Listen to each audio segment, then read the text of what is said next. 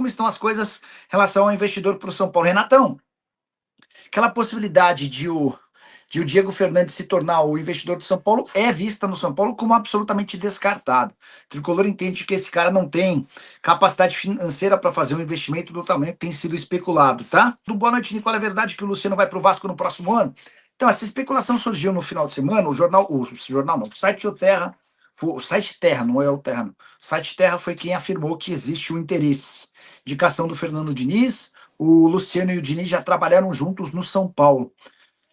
É assim, cara, o Luciano tem contrato com o São Paulo até dezembro de 26. Dá para dizer que ele já teve muito mais moral do que atualmente, não só com torcedores, mas também com dirigentes. E essa perda de popularidade do Luciano passa muito pelos gols desperdiçados, especialmente nos 2 jogos contra a LDU. Mas não acho que é uma operação simples tirá-lo do São Paulo, não. Quer ver? Ó, deixa eu até ver se o que o pessoal do São Paulo diz a esse respeito. Depois eu quero contar para vocês sobre o Gonzalo Tapia, tá? Alguém do Vasco procurou vocês para falar do Luciano? Você acha? Mandei aqui, vamos mandar essa, depois respondendo e a gente já manda uma próxima pergunta, tá? Vocês, o São Paulo vai trazer vai fazer uma limpa no elenco, um abraço. Vai depender muito de como o São Paulo termina a temporada. Se o São Paulo conseguir a classificação para a Libertadores da América via brasileiro, a avaliação é uma. Se o São Paulo não conseguir a classificação, aí você pode ter certeza que vai haver a necessidade de uma reformulação grande no elenco, tá bom? O Vasco Tiva perguntando sobre Luciano no Vasco, eu cheguei a contar que foi um pedido do Diniz, mandei mensagem para uma pessoa do São Paulo para ver como é que o São Paulo vê a possibilidade de liberar o Luciano. O que foi publicado pelo site Terra é de que não há interesse em gastar uma grana, uma compensação financeira violenta para que o atleta seja contratado. São Paulo meio que precisaria aceitar a liberação do atleta sem grande compensação financeira, tá? O Luiz Carlos Alves está por aqui também. O Inhaque escreve o seguinte: o Grêmio fez o pior negócio ao trocar o Luciano por aquele outro atacante do São Paulo que nem jogou mais nada no Grêmio. Foi o Everton. Vocês lembram dele? O Everton que jogou no Flamengo, quer ver? Ó? Grêmio, São Paulo, troca Luciano. Eu acho que era o Everton. O atacante foi trocado de forma definitiva por Everton com o Grêmio. Fez a maioria dos... É isso mesmo, o Everton. Vocês lembram do Everton? Jogador que atuou no Flamengo, enfim. E o Luciano, quer queira, quer não, ele performou bem no São Paulo. Conseguiu, inclusive, ser ídolo de muita gente. O Renato Prado escreve: Tapia está jogando muito, Nicola. Será que o São Paulo não deve dar mais oportunidades para ele jogar? O início foi bem ruim, né? Mas nos 2 últimos jogos pelo São Paulo foram 2 gols, contra Fortaleza e Palmeiras. Na Sul-Americana, não. Nas eliminatórias, ele inclusive deu assistência e esteve entre os melhores em campo na vitória do Chile contra o Peru 2-1. Hoje de manhã eu estava conversando com o presidente do São Paulo, o Júlio Casares, e perguntei sobre como é que funciona a questão do salário não, da opção de compra, né? Só para vocês entenderem, o Tapia está emprestado pelo River Plate ao São Paulo até junho do ano que vem. E a opção de compra do São Paulo é de 2 milhões de dólares por 80% dos direitos econômicos. Vou repetir: o São Paulo, se quiser ficar com o Tapia, precisa desembolsar 2 milhões de dólares por 80%. Não é um valor alto, levando em consideração que o atleta tem 23 anos de idade e é jogador de seleção chilena. Mas o São Paulo não precisa ter pressa. Não precisa queimar etapas, não precisa pensar em gastar esse dinheiro por agora, até porque a opção de compra só vence na metade do ano que vem. O que temos de novidades do Tricolor? Abraço. Ricardão, vamos lá.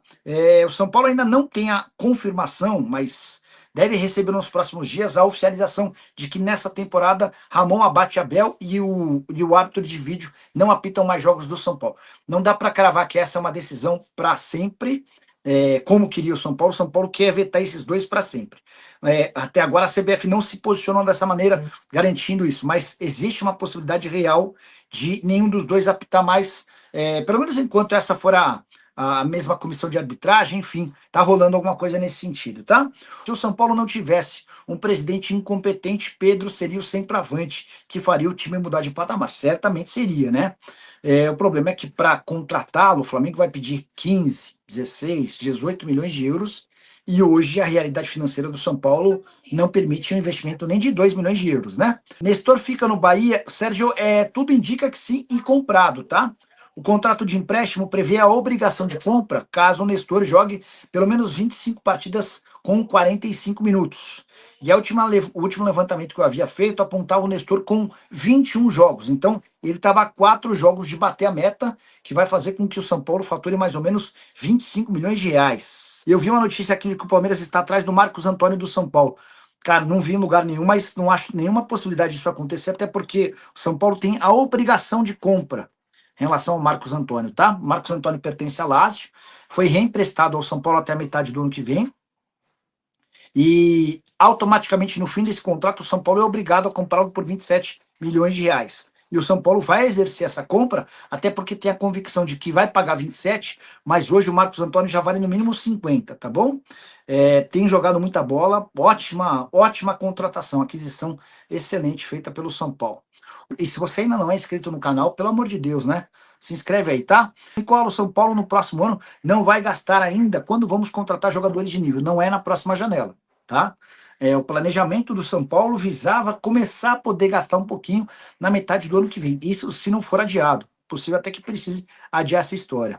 Hora de falar sobre o São Paulo, que fez pressão e deve ter seu pedido atendido em relação a Ramon Abate-Abel e Hilbert Estevão.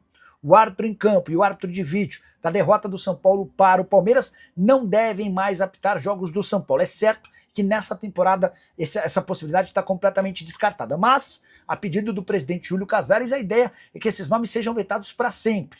Tem jogo do São Paulo, Ramon Abate-Abel e Hilbert Estevão estão completamente descartados. O Samir Chaldi, que é presidente da CBF e torcedor do São Paulo, ainda não cravou o aceite em relação a esse pedido, mas tem debatido com o Júlio Casares os prós e contras em relação a essa situação. Posso dizer que dentro do São Paulo há otimismo de que esse pleito será atendido e Ramon Abate-Abel e Hilbert Estevão serão banidos quando os jogos forem do São Paulo. Só para lembrar, a divulgação dos áudios das conversas entre o árbitro em campo e o árbitro de vídeo só reforçou a revolta dos dirigentes do São Paulo para com a atuação dos dois. O São Paulo vencia por 2-0 quando teve um pênalti claríssimo a seu favor não marcado. Depois, o Andreas merecia cartão vermelho, também não recebeu o vermelho. Para completar, ainda existiram outros 2 lances polêmicos no confronto entre Palmeiras e São Paulo. O Verdão venceu de virada por 3-2, resultado super importante para o Palmeiras na briga pelo título e péssimo para o São Paulo na disputa por uma vaga em Libertadores da América. Você, na condição de dirigente, o que você pensa a respeito dessa dupla? Você riscaria do mapa para sempre? Aceitaria que eles ficassem impedidos de atuar somente nessa temporada? Só para lembrar que tanto o Hilbert quanto o Ramon estão na geladeira por tempo indeterminado. Estou curioso para saber quando é que eles voltam a trabalhar. Colocá-los na geladeira durante a data FIFA é sempre muito simples, certo? E essa história de que Luciano pode trocar o São Paulo pelo Vasco. Informação divulgada nas últimas horas pelo site Gazeta Esportiva dá conta de que o Vasco pretende contratar o Luciano para janeiro. Vale a lembrança de que o atacante, de 32 anos de idade, entra a partir de 1º de janeiro no seu último ano de vínculo com o tricolor. E dá para dizer que nesse momento está completamente descartada a possibilidade de uma prorrogação do contrato. Luciano anda com o seu filme queimado, especialmente depois dos gols perdidos nos 2 confrontos contra a LDU que causaram a eliminação do tricolor nas quartas de final da Libertadores da América. Números do Luciano em 2025, 47 jogos, 13 gols e 6 assistências. Contratação dele pelo Vasco foi um pedido do técnico Fernando Diniz. Importante registrar que o Vasco não pensa em oferecer uma compensação financeira ao São Paulo. A ideia é que o tricolor não se classifique para a Libertadores, diminuindo a possibilidade de Luciano ficar por lá. E a partir daí tentar um acordo, talvez com troca de jogadores, enfim, isso ainda precisaria ser definido. Repetindo, o contrato do Luciano com o São Paulo somente até 31 de dezembro do ano que vem. A partir de julho de 2026 ele já pode assinar um pré-contrato. Aguardemos cenas dos próximos capítulos. Luciano, cujos vencimentos hoje giram na casa dos R$600 mil mensais. Pergunta que eu deixo para você, torcedor do São Paulo. O que você pensa sobre a possibilidade de perder o Luciano para o Vasco? E você, torcedor Cruz Maltino, gosta da possibilidade? Entende que o Luciano seria um bom acréscimo para o Vasco em 2026? Já uso o espaço para comentário para registrar sua opinião. Só não esquece de deixar like, de se inscrever no canal. Hora de falar sobre o São Paulo para registrar a melhora de Gonzalo Tapia com a camisa do tricolor. Quero te explicar como é que funciona se o São Paulo quiser ficar com um atacante chileno de 23 anos de idade que pertence ao River Plate. Tapia chega ao São Paulo com enorme desconfiança, até porque a passagem dele no River era horrorosa. 7 jogos, nenhum gol e nenhuma assistência. No São Paulo, em sua fase inicial, também não foi legal. Jogador demonstrando falta de habilidades, qualidade técnica discutível, mas retrospecto mais recente é bom. Nas 2 últimas partidas com a camisa do Tricolor foram 2 gols, contra o Palmeiras e também contra o Fortaleza. Tapia aqui já soma 10 jogos e 4 gols com a camisa do São Paulo, são números bem superiores, por exemplo, a da sua passagem no River Plate. O empréstimo do Tapia junto ao River Plate se encerra na metade do ano que vem. E o São Paulo ainda tem tempo para optar ou não pela compra do atleta. São Paulo não quer confirmar ou admitir o valor fechado para a compra desse jogador, mas eu posso assegurar para vocês que essa opção de compra gera na casa dos 2 milhões de euros. Exatamente o mesmo valor que o River Plate desembolsou quando o contratou da Universidade lá do Chile. Só para arrematar em relação ao Gonzalo Tapia, além do crescimento com a camisa do São Paulo, ele também melhorou no futebol da sua seleção. Nesse final de semana, o Chile venceu o Peru por 2-1, amistoso internacional, e o Tapia teve uma das melhores notas em campo, além de uma assistência. Você, torcedor do São Paulo, já está convencido de que Tapia tem qualidade para jogar no Tricolor? Você pensaria em contratar esse jogador em definitivo? Já usa o espaço para comentário para deixar sua opinião, beleza? Valeu, rapaziada, então é isso, ficamos aqui com aquele giro de notícias sobre importantes do São Paulo. Informações exclusivas atualizadas para você ficar por dentro de tudo, não perder nada. Chega deixando aquele like maroto, se inscreva no canal, ativa também o sino das notificações para você ficar por dentro de todas as atualizações do Tricolor Paulista, do maior clube brasileiro, combinado? A gente vai ficando por aqui naquele pique, naquele ritmo. Um grande abraço para você, não sei o que mais, até o próximo vídeo, vamos com tudo por cima. Tchau.